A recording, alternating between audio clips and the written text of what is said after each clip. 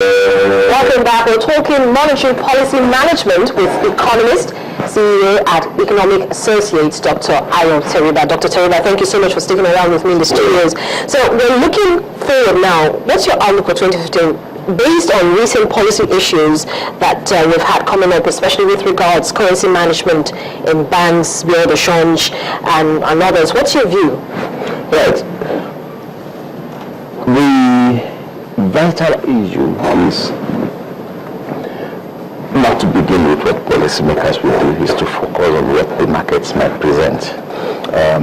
Towards the end of last year, particularly in the build-up to the election, we saw massive capital outflows.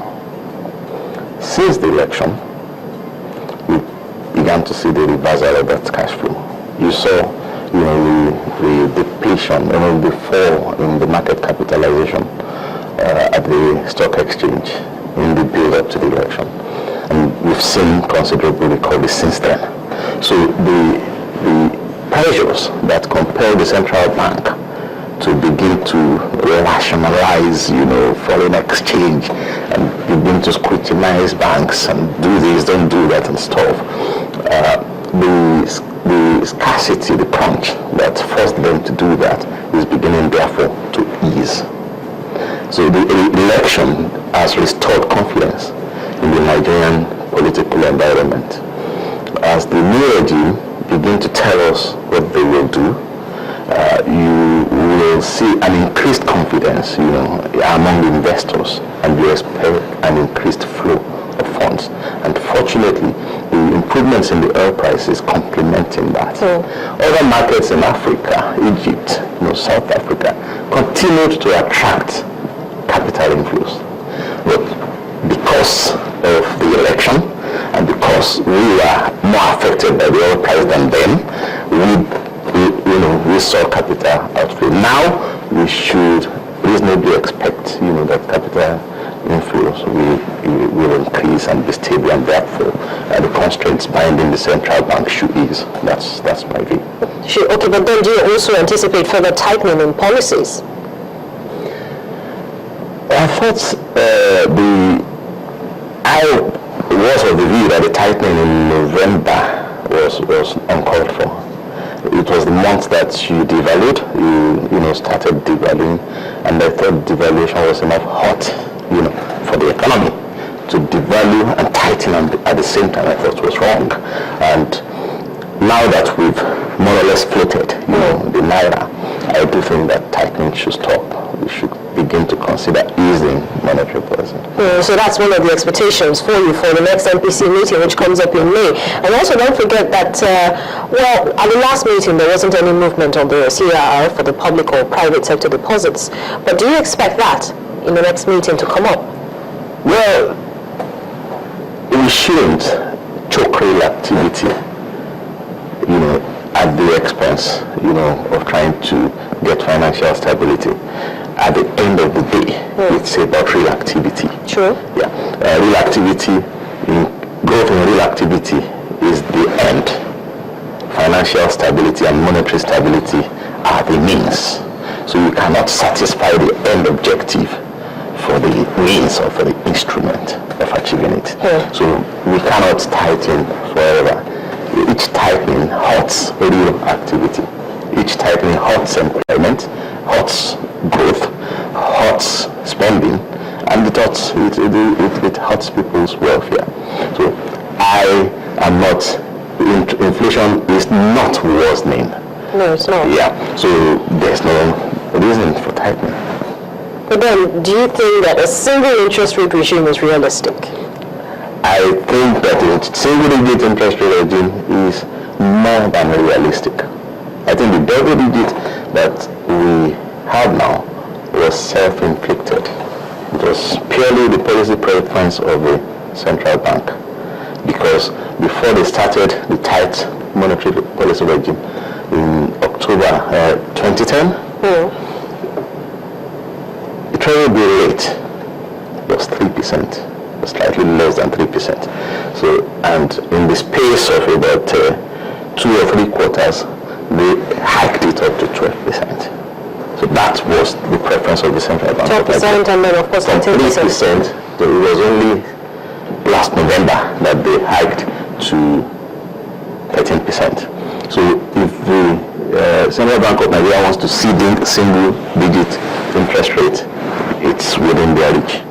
And there is this confusion, especially within the monetary policy committee of the central bank. There is this confusion of trying to treat the monetary policy rate as if it's the only interest rate in the market. It is not the only interest rate in the market. It's a short-term rate. Because they keep saying we are raising the monetary policy rate to attract investment. It is not the monetary policy rate that attracts investment. There is something called the yield curve. The yield curve, that's short-term rates and long-term rates. So in trying to attract investment, they should be looking at long-term rates. It's long-term rates that attracts investment. The short-term rate is not about investment, it's about stability. And it's about ensuring sufficient liquidity to back the activity. I think it's time we let the short-term rate drop. That the short-term rate has dropped does not mean we cannot maintain a high, medium, and long-term rates. I think that's the key message.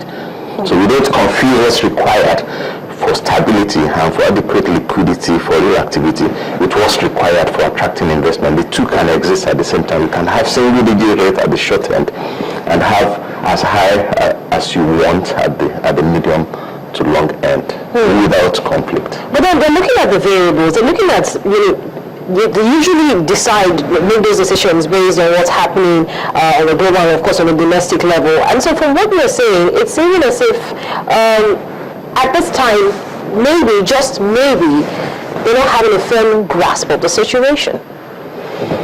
Well, I may not use those exact words, but it's clear that the central bank had focused more on financial markets and the fiscal situation than on real activity. They have very little to tell you and I about the employment situation before they take their decisions. That's the first thing central bank anywhere else in the world is going to talk to you about. They're going to tell you until employment falls to a certain level, we are not going to hike rates. The Central Bank of Nigeria will not talk about employment and they will hike rates. They will not talk about spending, whether consumer spending or business sector investment, and they will hike rates. They will not tell you anything deep about real activity beyond that the Bureau for Statistics has told you that. So I would say that, while not using the exact words, I would say that the Central Bank of Nigeria needs to give more attention to what's happening in the real economy before taking decisions on whether to tighten monetary policy or not. Okay, we got this tweet. I was hoping it would load for us to talk about it. But just before that comes up, with recent experiences, what challenges are we likely to see in the next 4 years? Well, in 4 years, 4 years seems such a long time. Before you know it's already the end. That's right. The key point is that for Nigeria, the outlook of capital inflow could be regarded as bright. The global scene, the liquidity crunches we experienced, if you like, in the last 4 years have eased. Global markets are at a new peak. There are concerns on whether you might have a correction, but the point is, right now, the outlook of capital situation on the global scene is bright. Now, what each market is able to attract, depends on its ability to put its own act together. But Nigeria, more than any other African country, is better placed to attract, capital inflow. It's the biggest economy, largest population, huge infrastructural sectors that need investment. If the government can pitch, All right, Nigeria should attract. And if the necessary, policies are put in place to boost, real activity and unleash growth, I do not see any reason to be negative, for the Central Bank of Nigeria. You might repeat the 2004-2007 situation in which you see increased reserves, strengthening naira, falling inflation, falling interest rates, and increased growth. So there's a large possibility that the next 4 years might be likely positive. But the central bank should not neglect real activity in trying to take decisions about monetary policy. That's where we leave it off for today, Dr. Teriba. Thank you so much for coming in. Thank you. And thank you for calling us on the program. Well, that's it for today. But just before we go, this breaking news story, the Ondo State House of Assembly has impeached the Deputy Governor, Ali Olanusi. 24 out of the 26 members of the House, including the Speaker, were all in support of the impeachment. Now, the Speaker of the House, Honorable Jumoke Akindele, adopted the motion and declared the Deputy Governor impeached and removed from office. But that's it for today. You can catch up on today's show and any other episode on our YouTube platform. That's youtube.com/channelsweb/business morning. Many thanks for spending time with us. I'm Harriet Agbini. I'll see you soon.